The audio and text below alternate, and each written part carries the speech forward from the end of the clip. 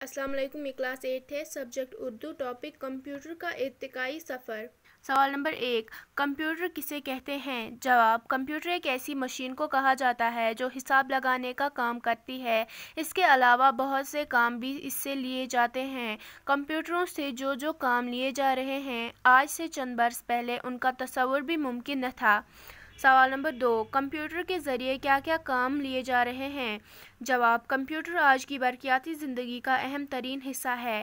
اس کی ایک چھوٹی سی مثال برقیاتی کیبل کیلکولیٹرز میں جو ہر جگہ دیکھے جا سکتے ہیں، ہوائی جہاز، ریڈیو، ٹیلی فون، ریل گاڑی، چھاپے خانے، اخبارات۔ غرض کون سی چیز ہے جس میں کمپیوٹر سے مدد نہیں لی جاتی ہے؟ اس کے علاوہ اسکولوں اور کالجوں کے طالب علم بھی اس سے مدد لیتے ہیں۔ سوال نمبر 3، پہلا الیکٹرانک کمپیوٹر کب بنا تھا؟ جواب، 1919 عیسوی میں لگ بھگ پہلا الیکٹرانک کمپیوٹر بنا تھا۔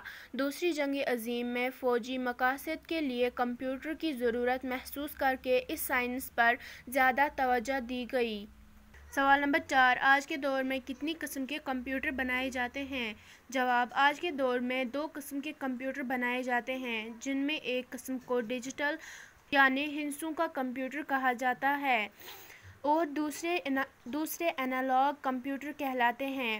اینالاگ کمپیوٹر میں ناپ تول کا سسٹم ہوتا ہے۔ مثلاً اس طرح کمپیوٹر سے بجلی کی رو کی طاقت، پانی کے دباؤ کی قوت یا کسی چیز کے تیزی سے گھومنے کی رفتار کا پتہ چلایا جا سکتا ہے۔